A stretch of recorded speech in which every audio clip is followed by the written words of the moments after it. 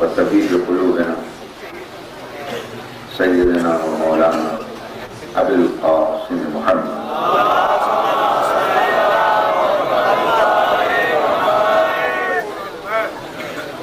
व अला इत्तिबाइहि तय्यबीन अल-ताहिरीन अल-मासूमीन। अम्मा बाद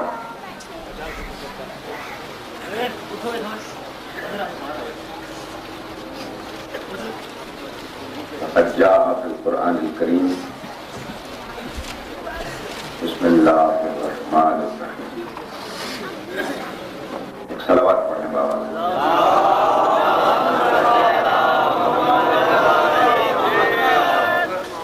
हज़रत मुहतरम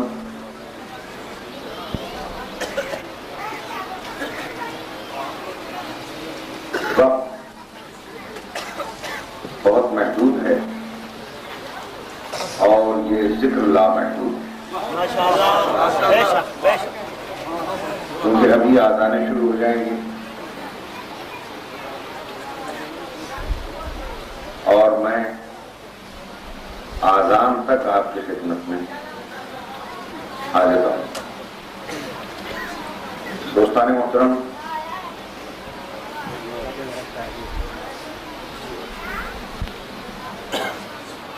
कुछ दिनों से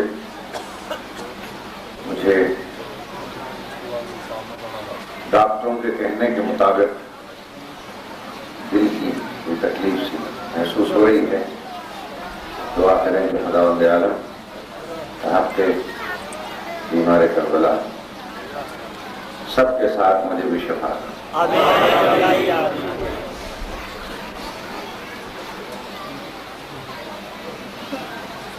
अगरचे अभी तक मैंने डॉक्टरों की बात को माना नहीं, इसलिए कि मौलवी आदमी हूँ और मौलवी कहते ही उसे हैं जो अपनी मनवाए किसी की माने। माशाअल्लाह, माशाअल्लाह। कहते हैं दिल खराब हो रहा, अब मैं डॉक्टरों की बात कैसे मान लूं, इसलिए कि बचपन से अब तक हमें हदीस कुदसी से लेकर फरमाने आइम्मा व असहाब और जितने बुजुर्ग गुजरे हैं दुनिया में, यही बताया गया है कि दिल अल्लाह का घर है, दिल खाना खुदा है। अब ये कैसे मान लूं कि खुदा का खाना भी खराब हो सकता है?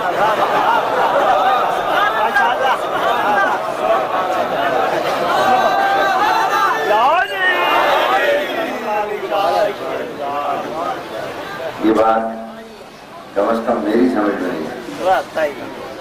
आर्जी चीज है, इंशाअल्लाह दुरुस्त हो जाएगी। आज मैं आपके वाजिबुल एहतराम खिदमत करने की गुजारिश करूं,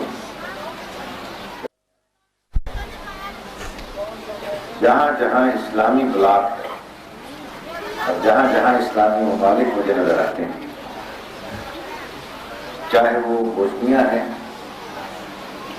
चाहे वो कश्मीर है, चाहे वो फलस्तीन है, चाहे वो कब्रस है, चाहे वो एरिट्रिया है, चाहे वो सोमालिया है, चाहे वो अलजायर है, हर तरफ एक वहशत है, दहशत है, परेशानी है, बेचैनी है, बेसुकूनी है, बेइत्मीनानी। जहां जहां मेरी नजर उठती है और जब मैं इन बेचैनियों और परेशानियों के बारे में सवाल करता हूं पढ़ी लिखी हुई दुनिया से, तो मुझसे ये कहा जाता है कि साहब बात यह है कि बोस्निया में मुसलमान मगरबी साजिश का शिकार हो रहा है। कश्मीर में क्या हो रहा है कि वो भारत की साजिश का शिकार हो रहा है। एरिट्रिया में क्या हो रहा है कि साहब वहां पर भी रशिया की साजिश का शिकार हो रहा है। मैं एक तालिब इल्म की हैसियत से तमाम कलमा पढ़ने वालों से पूछता हूं, इसलिए कि आपको मेरा अंदाज़े बयान मालूम ही है कि मैं किसी फिरके विरके से खिताब ही नहीं करता हूं। मेरा खिताब हर उससे है जो बंदे का पुत्र है। सीधी सी बात। मैं कभी सुन्नी और शिया के चक्कर ही में नहीं पड़ता। मैं कभी इतने मजाहिब के चक्कर में नहीं पड़ता। मैं तो इंसानों से पूछता हूं, और खास तौर पर इस्लामी बलाग के रहनुमाओं से पूछता हूं कि वहां मुसलमान अमेरिका की साजिश का शिकार हो गया, इराक और कुवैत में मुसलमान यहूदी साजिश का शिकार हो गया, एरिट्रिया में रूस की साजिश का शिकार हो गया, किसी जगह भारत की साजिश का शिकार हो गया। आखिर इसका सबब क्या है कि मुसलमान इस दुनिया में शिकार होने ही के लिए पैदा हुआ है या कभी शिकार करेगा भी? सवाल ये पैदा होता है कि अमेरिका मुसलमानों की साजिश का शिकार क्यों नहीं हो गया? माशाअल्लाह। अरे भाई, इंडिया और हिंदुस्तान मुसलमानों की साजिश का शिकार क्यों नहीं हो जाता? रूस मुसलमानों की साजिश का शिकार क्यों नहीं हो जाता? हर जगह मुसलमान ही साजिश का शिकार होता है। मुसलमान शिकार ही क्यों होता है, शिकार करता क्यों नहीं? मेरी बात पे गौर है या नहीं? दोस्तान मोहतरम, जंगल में दो किस्म के जानवर देखता हूं। कुछ वो हैं जो शिकार करते हैं, कुछ वो हैं जो शिकार होते हैं। चीता है, शेर है, ये शिकार करता है। हिरन है, गाय है, भेड़ है, बकरी है, ये शिकार होते हैं। तो इस आलमी जंगल में यूनाइटेड नेशन की इस बाड़े में ये मुसलमान शेर क्यों नहीं बना, हिरन क्यों बन गया? ये चीता क्यों नहीं बना, ये भेड़ बकरियां क्यों बन के रह गया? मेरी बात पे और है साहिबा? क्या मैं सुन्नी शिया की बात करूं? दोस्तों, मैं पूछना ही ये चाहता हूं कि शिकार करता क्यों नहीं, ये शिकार होता क्यों है? इस आलमी जंगल में मुसलमान क्यों बकरी बन गया, क्यों भेड़ बन गया, क्यों हिरन बन गया, शेर क्यों नहीं बना? शेर शिकार करता है, हिरन भेड़ बकरियां शिकार होती हैं। अब मैं क्या करूं? ये लंबी चौड़ी पॉलिसियां और सियासी मसाइल पर गुफ्तगू करना ये मेरा मनसब नहीं है, लेकिन एक तालिब इल्म की हैसियत से मैं ये समझता हूं कि सुन लें तमाम मौलवी साहिबान भी और तमाम मुसलमान लीडर भी कि मुसलमान शिकार होता रहा, शिकार किया क्यों नहीं, भेड़ बकरी क्यों बन गया, शेर क्यों न बना? ये सजा है इसको जो मिल रही है शेर खुदा का दामन छोड़ देने की।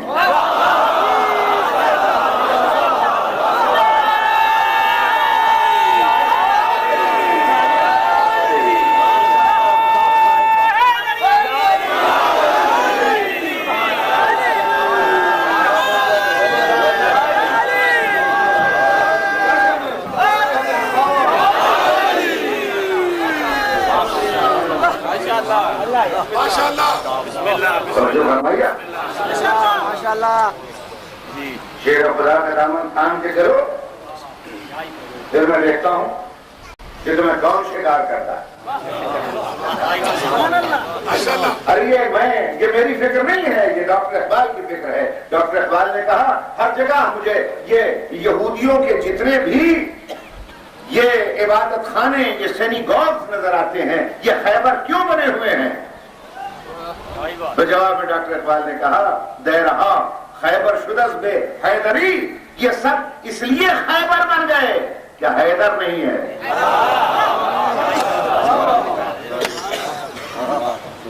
मेरी बात पे और है साहिबा? खुदा की कसम, अगर सारी दुनिया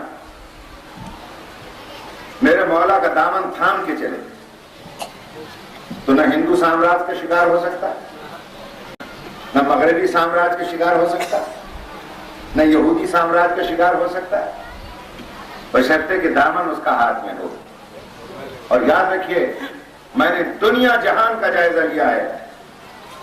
मैं आपकी दुआओं से उन मकामात पर तकरीर के लिए गया हूं जहां के आगे बोर्ड लगे हुए थे, एंड ऑफ द वर्ल्ड, कि यहां पर वर्ल्ड खत्म हो गया, दुनिया खत्म है।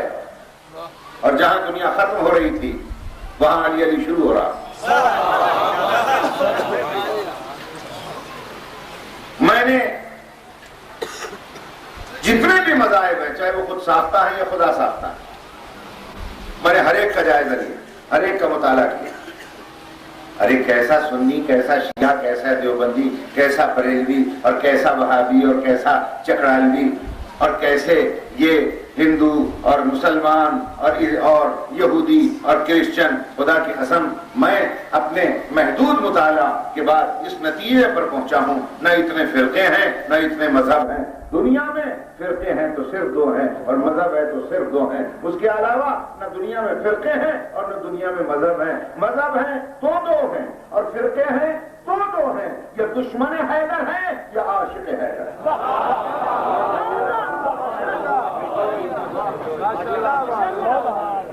मेरी बात पे गौर फरमा रहे हैं? इसलिए कि मैंने हिंदू धर्म का मुताला किया, जैन मत का मुताला किया, बुद्ध मत का मुताला किया, क्रिश्चियंस का मुताला किया। मैंने महात्मा गौतम बुद्ध के अवतार का जायजा लिया, तो महात्मा गौतम बुद्ध के अवतार में भी मुझे यही मिला, हिंदू धर्म के अवतार में भी मुझे यही मिला।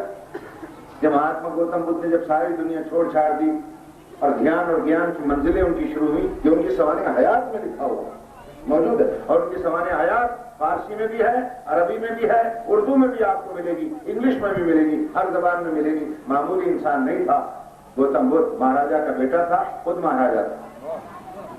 और जब तख्त हुकूमत पर बैठा, अपनी फौज, अपनी मिलिट्री, अपनी हुकूमत, सब कुछ अपना, मगर दुनिया में दिल न लगा, सब कुछ छोड़ दिया और एक फटा पुराना कंबल कांधे पर रखा और हक की तलाश में रवाना हो गया। और सारी जिंदगी हक की जुस्तजू में उसने गुजार दी। और अपने सामने हयात में लिखते हैं कि एक दिन जब ज्ञान और ध्यान की मनाजिल में मैं तय कर रहा था, मैंने बढ़ के दरख्त के नीचे बैठे हुए अचानक मैंने आसमान में एक नूर देखा, एक लाइट देखी, एक चमक देखी, और मैं उस लाइट से इतना मरऊब हुआ कि मैं खड़ा न रह सका, मैं बैठ गया, बैठ भी न सका, मैं सजदे में गिर।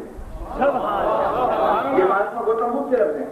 उन्होंने कहा मैं गिर गया सजदे में, और मुझ में इतनी ताकत न थी, मेरा पूरा बदन कांप रहा था, और मैंने सजदे में लेटे लेटे आवाज देकर पूछा, ऐ नूर, क्या वो ओम तू है, वो शिव तू है, वो ईश्वर तू है, वो भगवान तू है, वो खुदा तू है, वो गॉड तू है, वो अल्लाह तू है, जिसकी तलाश में सारी जिंदगी मैंने गुजार दी? एक थरथराती हुई आवाज आई, महात्मा गौतम बुद्ध सजदे से सर उठा, मैं खुदा नहीं हूं, बुला मकान है, बुला जमान है, वो काबिल तहलील नहीं, वो लायक इशारा नहीं, वो काबिल तजिया नहीं, उसका हुलूल मुमकिन नहीं, वो हुदूद में महदूद नहीं। तो मैंने घबरा कर फिर पूछा, फिर आप रब नहीं है, खुदा नहीं है, तो फिर कौन है? वहां से आवाज आई, महात्मा गौतम बुद्ध पहचानने की कोशिश कर, मैं रब नहीं हूं मगर जलवाए रब जरूर, मैं खुदा नहीं हूं मगर मजहर खुदा जरूर। और फिर महात्मा गौतम बुद्ध के सवाने हयात में जुमले मिलेंगे आपको, तो उसने फिर पूछा, क्या है जलवाए रब, ऐ मजहर रब, फिर कभी तेरा दीदार होगा, फिर कभी आपकी जियारत होगी? वहां से आवाज आई, हाँ, आखिरी जमाने के आगाज में इस धरती पर बने हुए सबसे बड़े मंदिर में काले पत्थर के पास मैं इस तरह चमकारा मारूंगा कि दीवारों में दरारें आ जाएंगी। पर ये उसकी सवाने हयात, वो तो मुसलमान नहीं, वो तो मुसलमान नहीं। क्या आखिरी जमाने के आगाज में धरती पर बने हुए सबसे बड़े मंदिर में काले पत्थर के पास इस तरह चमकूंगा कि दीवारों में दरारें पैदा हो जाएंगी। अब मैं पूछना चाहता हूं कि मुझे सारे कलमा गो और गैर कलमा गो, हिंदू, सिख, ईसाई, क्रिश्चियन, सब मुझे मिलकर बताएं कि इस धरती पर सबसे बड़ा मंदिर कौन सा है? अरे दोस्तों, जिस घर में एक बुद्ध है वो मंदिर है, और जहां दो है बड़ा मंदिर है, और जहां 40-50 है वो बहुत बड़ा मंदिर है, और जहां 360 बुद्ध हो, मुझे बता दें उससे बड़ा भी कोई मंदिर है? और लीजिए, मेरा चैलेंज है, उलमा को नहीं, मौलाना को नहीं, न सुन्नियों को, न शियों को, दुनिया जहान के जितने भी मजाहिब है सबको मेरा चैलेंज है, मेरे चैलेंज को गलत करके दिखा दें, मैं अपना मजहब छोड़ दूंगा। याद रखें कि हिंदू हैं, सिख हैं, ईसाई हैं, यहूदी हैं, बुद्ध मत है, जैन मत है, जितने भी मजाहिब इस दुनिया में अपने आप को अलग अलग मजहब समझते हैं, सबको मेरा ये चैलेंज है कि आज तक किसी मजहब का पेशवा, किसी मजहब का हाजी, किसी मजहब का रहबर, किसी मजहब का इमाम अपने मजहब के इबादत खाने में पैदा नहीं हुआ सिवाय मेरे मौला अली।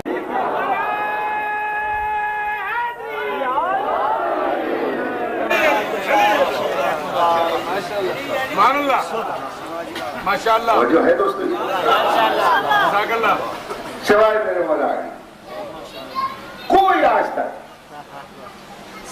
किसी मजहब का रहबर अपने मजहब के इबादत खाने में पैदा नहीं हो सिवाय मेरे मौला अली। और दोस्तों पैदा कहां हुए? काबे में। मैं अपने मौला अली की सवाने हयात 3 लफ्जों में बंद करता हूं। जो पैदा हुआ उसका नाम है अली। अरबी डिक्शनरी खोलकर देखें, अली का मतलब है बुलंद। क्या मतलब है अली का? बुलंद। और जहां पैदा हुआ उसे कहते हैं काबा। खुदा की कसम फिर डिक्शनरी खोलें, अरबी में काबा का माना है बुलंद, अली के माना बुलंद, काबे के माना बुलंद। और जहां मेरा मौला दफन हुआ उसे कहते हैं नजफ। खुदा की कसम अरबी में नजफ के माना है बुलंद। तो है अली के माना बुलंद, काबे के माना बुलंद, नजफ के माना बुलंद। अब भी किसी की समझ में मौला अली नहीं आए? अली उस आफ्ताब का नाम है जो बुलंदियों से उभरा, बुलंदियों पे चमका, बुलंदियों में गुरूब हो गया, पस्ती की शक्ल नहीं देखी। तो जिसकी फितरत में अल्लाह ने बुलंदी रखी हो, टके टके का भिखारी मुल्ला उस बुलंद को क्या पस्त करेगा जिसे अल्लाह ने बुलंद रखा।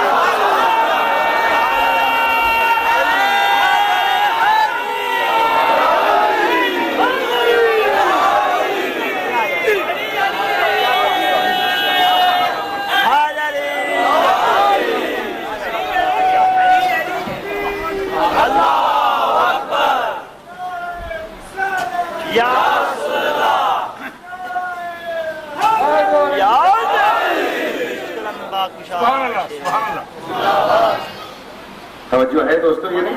माशाअल्लाह। और मेरे मोहतरम सामीन, इस मुख्तसर से वक्त में मैं उसके फजाइल का क्या इहाता कर सकता हूँ, क्या ऐसा कर सकता हूँ? मेरे दोस्तों, अजीजों, बुजुर्गों, अभी आप कसीदा नहीं सुन रहे कि सिमटे तो नुक्ता और पहले तो कुरान? सुना ना अभी आपने कसीदा? खुदा की कसम अगर मेरे पास वक्त होता मैं आपको साइंसी नुक्ता निगाह से ही बतलाता कि कुरान सिमट के नुक्ता कैसे होता है। इसलिए कि मुझे एहसास है जब भी आजान का वक्त हो जाए, मेरे दोस्तों याद रखिए आप उसके फजाइल की हद ही नहीं। मैं ऐसा क्या करूं, क्या ऐसा करूं? अरे अहादीस मेरे बाद आने वाले खुतबा और उलमा से सुनिएगा, कुरान उनसे सुनिएगा। मैं तो एक तालिब इल्म की हैसियत से आपकी खिदमत में गुजारिश करता हूं, ये मेरे सामने एक कैमरे का एक छोटा सा बल्ब रोशन है, ये सामने है ये लाइट। खुदा की कसम दिन भी है इस वक्त, रोशनी भी है इस वक्त, मगर ये रोशन है। और इतना सा बल्ब कोई साहब यहां से खड़े होकर आकर देखकर मुझे बता दें कि इस बल्ब के पीछे कौन बैठा है, कोई मुझे बता दे। खुदा की कसम नजर नहीं आ रहा, दिन भी है और नजर नहीं आ रहा। अरे एक छोटा सा बल्ब है, एक मसनूई नूर है, मसनूई नूर। और ये मसनूई नूर मुझे ये नहीं देखने दे रहा कि पीछे क्या है। ये अचानक बात इसलिए आई कि मेरे एक अजीज ने पूछा था कि मुबाहिले में जब मौला अली गए थे और उनकी रफीका हयात भी साथ गई थी, तो क्या वहां नसारा की नजर नहीं पड़ी थी जो अली को देख रही थी, जनाब सैयदा को नहीं देख रही थी? मैं कहता हूं इसकी तौजीह और इसकी तशरीह और इसका जवाब ये उलमा से सुनिएगा और जाकिरीन से सुनिएगा। मैं तो तालिब इल्माना बात करता हूं, अगर साहिल यहां बैठा है बेशक स्टेज पर आ जाए और मुझे बताए कि इस बल्ब के पीछे कौन सा चेहरा है, मैं इनाम दूंगा उसको। अरे मामूली से बल्ब तो तुम्हें देखने नहीं देता कि पीछे क्या है, और जहां हसनैन रसूल और अली जैसे अल्लाह के नूर के चारों बल्ब रोशन हो, किसी की आंख की मजाल है जो बता दे कि दरमियान में कौन चल के आ रहा है?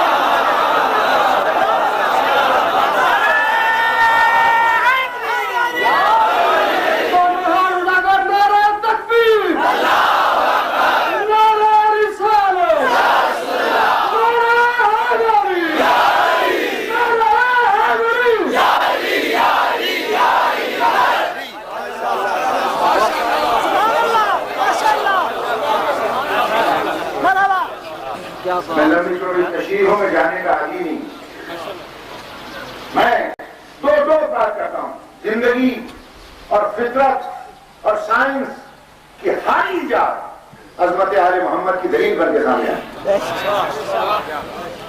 और ये मसनूई रोशनी है, ये मसनूई रोशनी का छोटा सा बल्ब तो देखने नहीं देता कि इसके पीछे कौन है। और जहां इमामत के दो बल्ब रोशन हो और रिसालत जो नूर इलाही हो और पीछे मेरे मौला का नूर इमामत हो, तो दरमियान में किसी की मजाल है जो देख ले कि कौन आ रहा है?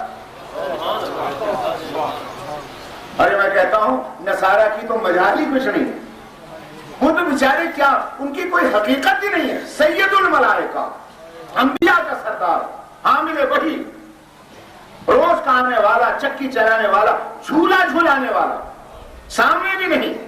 अगर ये पांचों चादर के नीचे भी आ जाएं, तो वो घबरा के पूछता है या अल्लाह की चादर के नीचे हैं कौन कौन? अरे जिब्रील तू मजाक कर रहा है, ये क्या कर रहा है, तू झूठ बोल रहा है? नाउज़ुबिल्लाह, ये भी मैं नहीं कह सकता, फरिश्ता है और मासूम है, फिर क्यों पूछ रहा है? अरे तू रोज आता है, पास बैठता है, चक्कियां चलाता है, झूले झुलाता है, तेरी समझ में नहीं आया कि चादर के नीचे है कौन? जवाब मिला कि नजर तो मुझे भी आता है कौन, मगर पहचान तब सकता हूं जब अलग अलग हो, और जब चादर के नीचे आ जाए तो नूरे वाहिद हो जाते हैं, और नूर इतना तेज हो जाता है कि मेरी आंखों का नूर काम ही नहीं करता, समझ नहीं आता कि है कौन।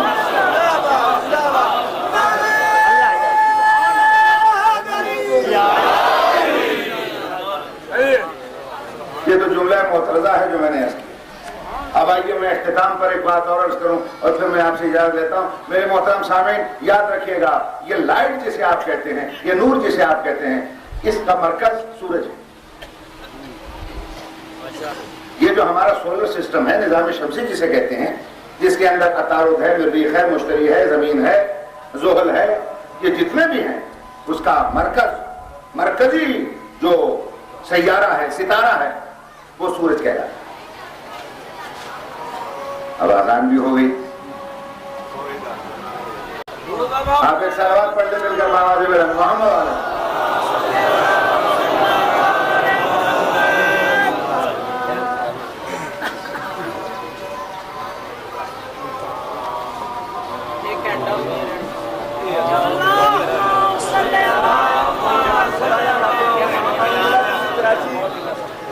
हवाला सुनाया कराची बार का शादा आज का साहब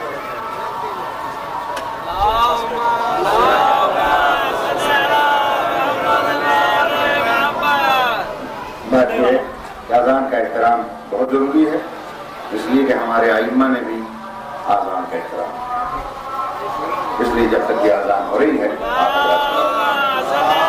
तवज्जो फरमाइए। मेरी मारूजात हैं देने वाली, मेरे वो निजाम शमसी में बात कर रहा था, ये जो हमारा सोलर सिस्टम है, याद रखिए इसमें एक तो है सूरज, वो मरकज है, और उसके इर्द गिर्द 9 सैयारे जो है वो चक्कर लगाते हैं। अतारुद है, मुश्तरी है, मरीख है, जमीन है, ज़ोहरा है, प्लूटो है, यूरेनस है, नेपच्यून है और ज़ोहरा है, ये जितने भी सैयारे हैं ये सूरज के इर्द गिर्द चक्कर लगाते हैं। और सब पर ये सूरज ही की रोशनी जाती है। तवज्जो कीजिए, साइंसदानों की लेटेस्ट रिसर्च ये है कि 1 स्क्वायर यार्ड में सूरज की जो रोशनी का वजन है वो 1 सेकंड में 1000 टन। मेरी बात पे गौर है? 1 सेकंड में। मैंने आपसे अर्ज किया, मेरी तालिब इल्माना बातें ये सुन लीजिए। अब आप सोचेंगे साहब इतना वजन आपको महसूस ही नहीं होता। तो इसलिए महसूस नहीं होता कि साइंस का कानून ये है कि जब चारों तरफ से दबाव एक जैसा हो तो वजन महसूस नहीं होता। जो है मसलन खूह से कभी पानी निकाला है तो जब तक डोल पानी का भरा हुआ पानी के अंदर रहता है जोर लगता है, जल्दी जल्दी खींचते हैं। क्यों? चारों तरफ पानी के दबाव में। और जैसे ही पानी की सतह छोड़ता है अब वो तेजियां खत्म हो जाती है, आहिस्ता आहिस्ता।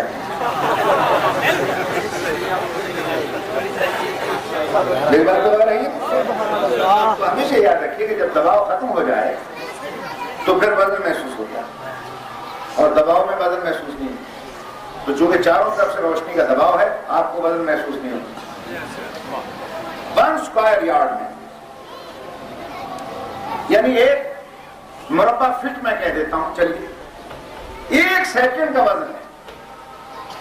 अरे भाई इतनी बातें आप हमसे सुनते हैं, आप मुझे भी कुछ सुनाएं। आप मैं सुन्नी भाइयों से पूछता हूँ, शियों से पूछता हूँ, तमाम जितने फिरके अपने आप को अलग अलग समझते हैं उन सब के उलमा से, मुफक्किरीन से पूछता हूँ, मुझे बता दें जब रोशनी का वजन 1 सेकंड में 1000 टन है तो मुझे बता दें 1 स्क्वायर यार्ड में इस पूरे इमाम बाड़े में 1 सेकंड का वजन बता दें कितना। मिनट का भी नहीं पूछता हूँ, सेकंड का पूछ रहा हूँ। फिर मैं पूछूंगा आपके पूरे इस फैसलाबाद में सूरज की रोशनी का 1 सेकंड का वजन कितना। बैठे हो टोल रहे हो माशाल्लाह। अच्छा फिर मैं पूछूंगा पूरे फैसलाबाद डिवीजन में मिनट का, घंटे का, दिन का नहीं 1 सेकंड का वजन बता दें। फिर मैं पूछूंगा पूरे पंजाब में 1 सेकंड का वजन बता दें। फिर मैं पूछूंगा पूरे बर्रे सगीर में, यानी जिसमें ये सारे आपके ममालिक आते हैं, ये साथ के साथ उनका कितना वजन है 1 सेकंड का वजन। फिर मैं पूछूंगा चलो इसको भी छोड़े आप मुझे बताएं कि पूरे यूरोप, अफ्रीका, मिडल ईस्ट में पड़ने वाली सूरज की रोशनी का 1 सेकंड का वजन बता दें आप कितना। तवज्जो है दोस्तों ये नहीं भाई, इतने बातें आप मुझसे सुन रहे हैं, आप मुझे भी तो कुछ बता दें। फिर मैं पूछूंगा अच्छा पूरे ग्लोब पर यानी पूरी जमीन पर पड़ने वाले 1 सेकंड का वजन बता दें। अच्छा और सूरज की रोशनी फैली हुई है 4.25 अरब मील पे,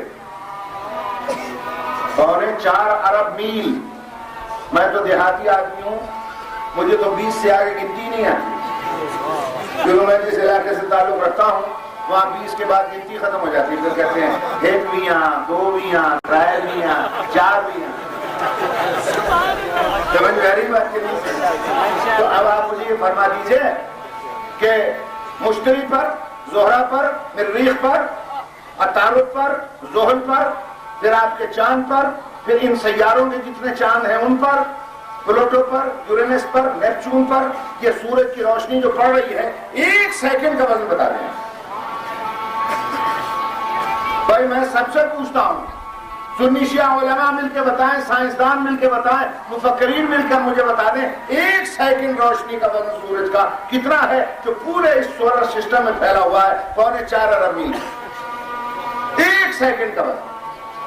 खुदा की कसम मैंने यही सवाल किया था मैनचेस्टर यूनिवर्सिटी के साइंस साल में, सदारत थी एक बहुत बड़े प्रोफेसर की जो साइंस का था। उससे मैंने कहा ये आज ही मैं जब वो म्यूजियम देखने गया हूं तो वहां बाकायदा तहरीर था कि रोशनी का कितना वजन है और सूरज से कितनी तवानाई खारिज हो रही है और जमीन की कशिश शक्ल कितनी खत्म हो रही है। तो 1 सेकंड का वजन पूरे इस आपके सोलर सिस्टम में कितना है या आप मुझे बता दें।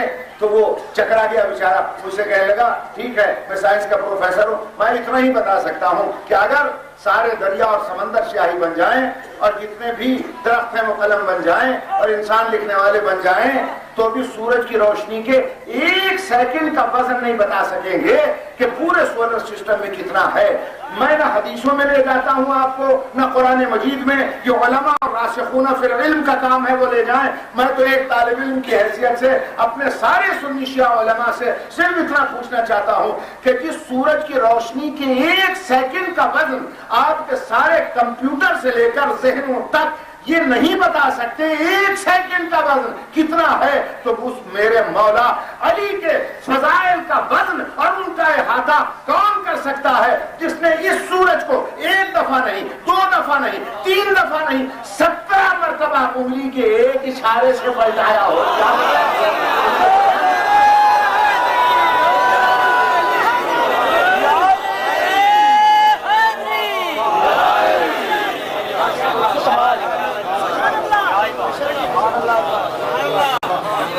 मेरी बात तो हो रही बस, और बयान मेरा खत्म हो। याद रखें मेरे मोहतरम सामीन, यहाँ लोग यही बयान करते हैं ना कि मौला अली के फजाइल का इहाता नहीं हो सकता, ठीक है ना? नहीं हो सकता, बिल्कुल नहीं हो सकता। आप सूरज की रोशनी का वजन नहीं बता सकते तो आप माहताब इमामत का वजन क्या बताएंगे, उनके फजाइल का वजन कितना? लेकिन एक बात मैं अर्ज करूं यहाँ चलते चलते, और वो ये है मेरे मोहतरम सामीन कि दुनिया यही समझती है कि सूरज को पलटा देना ये अली का कमाल है। मैं कहता हूं ये अली का कमाल ही नहीं,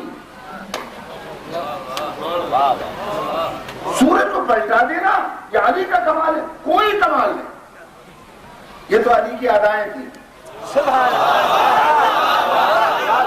एक कमाल और अदा में बड़ा फर्क है भाई। ये काम तो उसके मलंग कर जाते, ये तो बिलाल कर जाता, ये तो फिजा कर देती थी। अब जो है दोस्तों, ये सूरज को पलटा देना कोई कमाल नहीं। इसलिए कि साइंसदान ये कहते हैं कि अगर हमारे पास इतना बारूद इकट्ठा हो जाए, इतना बारूद कि हम जमीन की गर्दिश को फिर रिवर्स गियर में डाल दें तो सूरज आपको निकलता और डूबता फिर महसूस होगा। मेरी बात तो और है ये नहीं? मैं ये कहता हूं कि ये कमाल नहीं है कि मेरे मौला अली ने उंगली के इशारे से सूरज को पलटा दिया। फिर आप कहेंगे कमाल क्या है? में आएगा ये नहीं कि कमाल क्या है। देखिए मेरे दोस्तों, साइंस और फलसफे का कानून ये है कि जब मरकज हिलता है तो उससे वाबस्ता हर शय हिल जाती है। चक्की है ना, उसका मरकज और एक किल्ली होती है, ठीक है? अब उस किल्ली को निकाल दें आप, फिर मुझे चक्की फिरा के दिखा दें। सिंपल सी बात है, सीधी सादी सी। यानी अगर मरकज हिल जाए तो निजाम बिगड़ जाता है। सूरज है मरकज इस तमाम निजाम शमसी।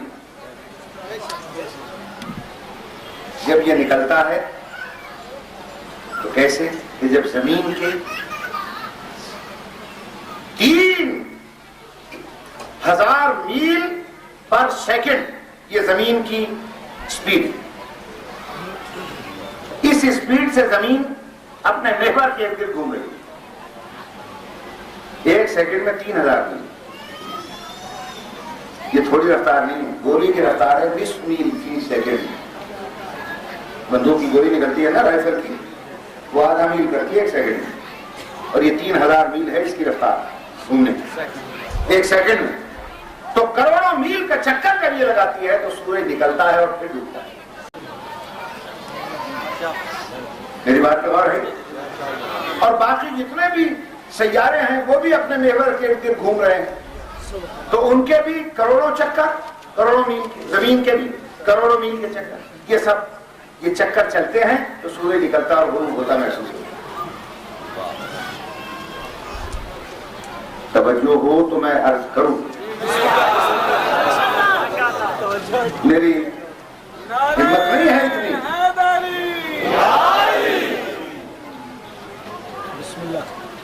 देखे ना, पता चला ना भी कोई मौलाना तशरीफ है। अब तक तो आप एक तालिब इल्म को सुन रहे थे, तो अब मैं खत्म करूं बयान। याद रखिए मेरे मोहतरम सामने कि जितने भी ये सोलर सिस्टम है, ये सारे के सारे जितने सैयारे वगैरह हैं, इनके करोड़ों चक्कर एक तरफ होते हैं, करोड़ों मील से डूबता और निकलता महसूस होता है। और आखिरी बात अर्ज करूं, देखिए शरीयत मुताहरा क्या कहती है? शरीयत मुताहरा ये कहती है कि 70,000 फरिश्ते सूरज की तनातों को खींचते हैं और 70,000 धकेलते हैं, और एक एक फरिश्ता ऐसा है कि अगर पर मारते तो जमीन पूरे के बैठ जाते। 70,000 फरिश्ते खींचने वाले और 70,000 धकेलने वाले, 1,40,000 फरिश्तों की मजमूई ताकत जब खर्च होती है तो सूरज निकलता है और गुरूब होता है। ठीक है, मेरे साथ हम यहां नहीं मिलाओगे तो आधी रात तक हिलाऊंगा।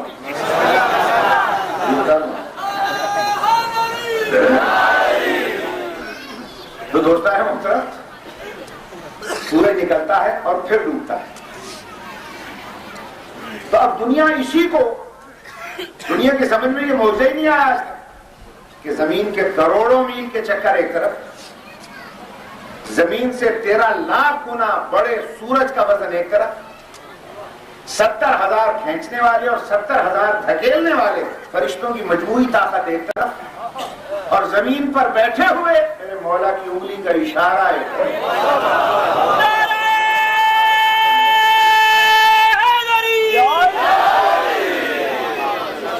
लेकिन मैं कहना चाहता हूं, कमाल ये नहीं है कि मेरे मौला अली ने एक इशारे से सूरज को पलटा लिया, नहीं, कमाल अली का यह है अहले इल्म की नजरों में कि सूरज है नुक्ता मरकज इस तमाम निजाम शमसी का, और अली का कमाल यह है कि उसने मरकज को हिला दिया और निजाम में फर्क नहीं आया।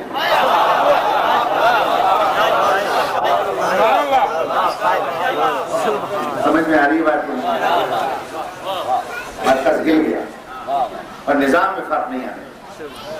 इसलिए कि जब मरकज मुतालिक होता है तो मरकज हरकत में आए तो उससे वाबस्ता हर शय हरकत में आ जाता है। हदीस के सामने मरकज अहले बैत कौन है? जनाब सही यही है ना, चूंकि वो मरकज अहले बैत है, इसीलिए जितनी किताबें आपको मिलेगी उसमें ये मिलेगा।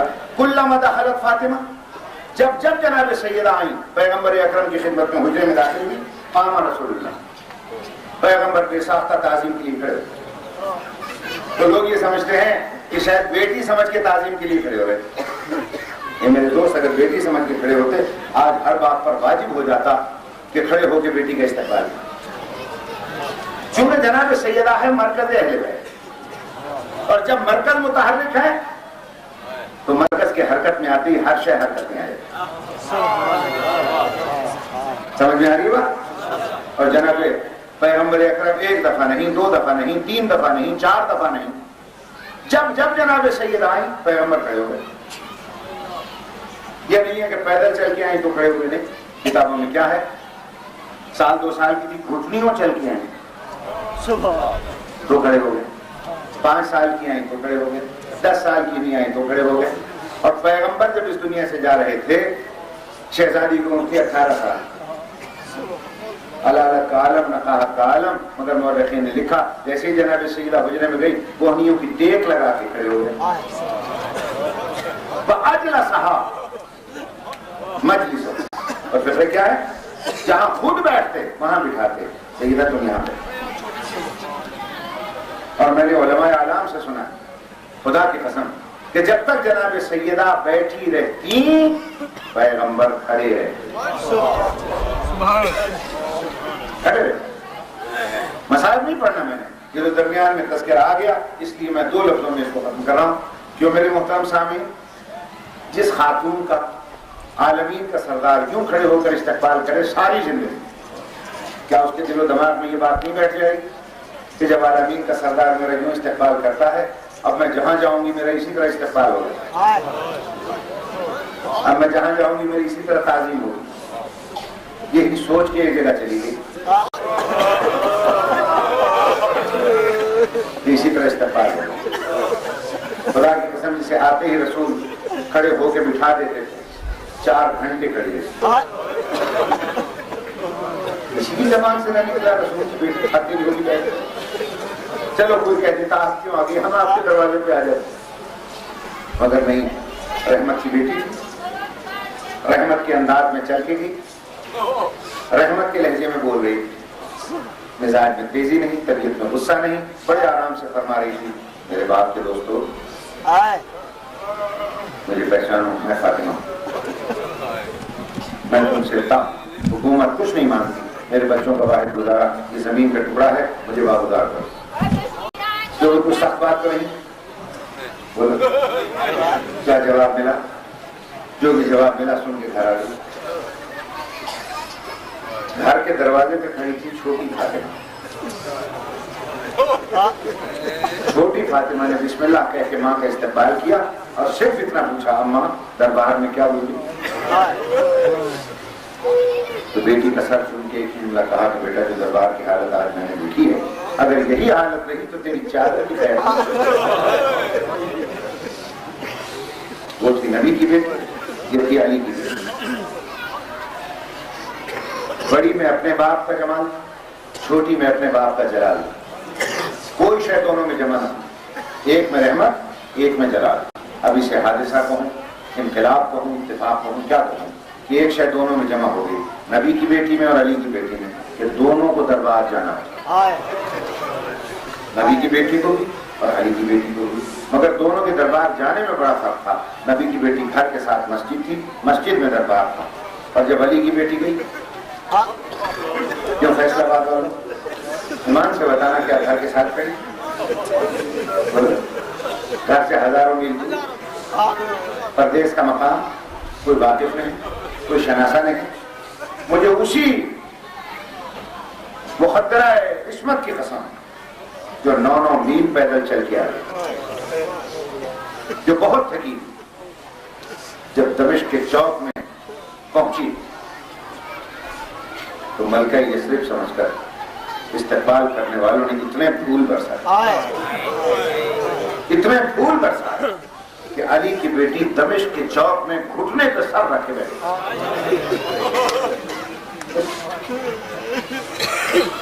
और मेरे अजीजों, बस बयान खत्म हुआ, अल्लाह आपको शाम ले जाए और वहां आप अपनी शहजादी की आज अजमत और इज्जत और आज उसका शहनशाही राज जाकर देखें। मैं भी गया था, जब पहली दफा गया मुझे पता नहीं था कि चौक कौन सा है। आज सरदार अली जान अल्लाह ने सलामत रखे और सेहत अता करे, वो मेरे साथ थे, मुझसे कहने लगे, बेटा जानता ही कौन सा चौक? कहने लगे वही है जहां फूलों की बरसात, अली की बेटी घुटने पे सर रखे बैठी। खुदा की कसम, हमारे पढ़ने वाले कहते हैं मुसाफिर है शाम। मेरे उस्ताद मरहूम कहते थे ना, बेटा ये ना कहा करो मुसाफिर है शाम, मुसाफिर उसे कहते हैं जो आए और चला जाए। उसकी तो हुक्मरानी है वो मलका है शाम। और वाकई उस मलका शाम की शहनशाही आज देखे जाकर कि जिस चौक में वो चल ना सकी, आज वहाँ एक बहुत बड़ा बोर्ड लगा हुआ, बहुत बड़ा, गवर्नमेंट की तरफ से, और उस पर लिखा हुआ अहलन व सहलन व मरहबा सैयदा ज़ैनब तुरहिबु बिकुम, शाम में आने वालों मैं ज़ैनब तुम्हारा इस्तकबाल करूँ।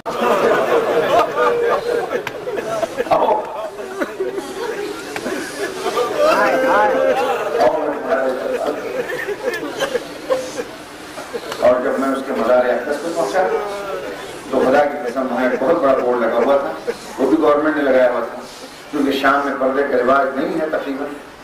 तो बोर्ड पे लिखा हुआ था कि औरतों को हिदायत की जाती है, कोई औरत मज़ार अक़दस में बगैर चादर के दाखिल नहीं। वहाँ चादरें लटकी हुई हैं, जो जाता है, जो खातून जाती है चादर सर पे रखी और फिर जाए। बस बयान मेरा खत्म हो गया। मैं करबला जब भी जाता हूँ मुझसे बुजुर्ग एक ही फरमाइश करते हैं, आप करबला जा रहे हैं? मैंने कहा कि हमारे लिए वहां से कफन ले आए।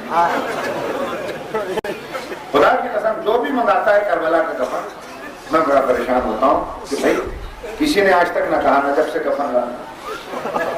भैया बोला इमाम महादफ किसी ने आज तक ये फरमाइश न की। काज़िमैन में दो बेटे मेरे मौला हुसैन के दफन है, वहां से कफन ले आना, सामरा से कफन ले आना, मशहद से कफन ले आना। हर एक करबला का कफन मानता है। क्यों? जब मैं ज़रिया अक़दस के सामने खड़ा था और मेरी रूह में ये बेचैन सवाल मुझे बेचैन किए हुए था, ऐसा महसूस होता जैसे जवाब मिल रहा है कि क्या सोचता है। अरे नजफ में मेरा बाबा दफन है मगर अपने कफन में दफन है। काज़िमैन में मेरे दो बेटे दफन है मगर अपने कफन में दफन है। और तूने अभी ज़ियारत में नहीं पढ़ा अस्सलामु अलैका अय्युहल मदफून बिला गुस्लिन वला कफन। मेरा सलाम हो उस हुसैन मज़लूम पर जिसे ना गुस्ल मिला, जिसे ना कफन मिला। तो बहन भाई ने तकसीम कर लिए काम। शाम से बहन ने आवाज देकर कहा हुसैन तुझे कफन नहीं मिला, मुझे चादर नहीं मिली, बस अब क़यामत तक चादरें मैं देती रहूं, कफन तू दे दे। अल्लाह इन बहन भाइयों के सदक़े में बानी मजलिस की अल्लाह इस सही को मशकूर करे। अल्लाह आपकी इस इबादत को मंजूर फरमाए। खुदा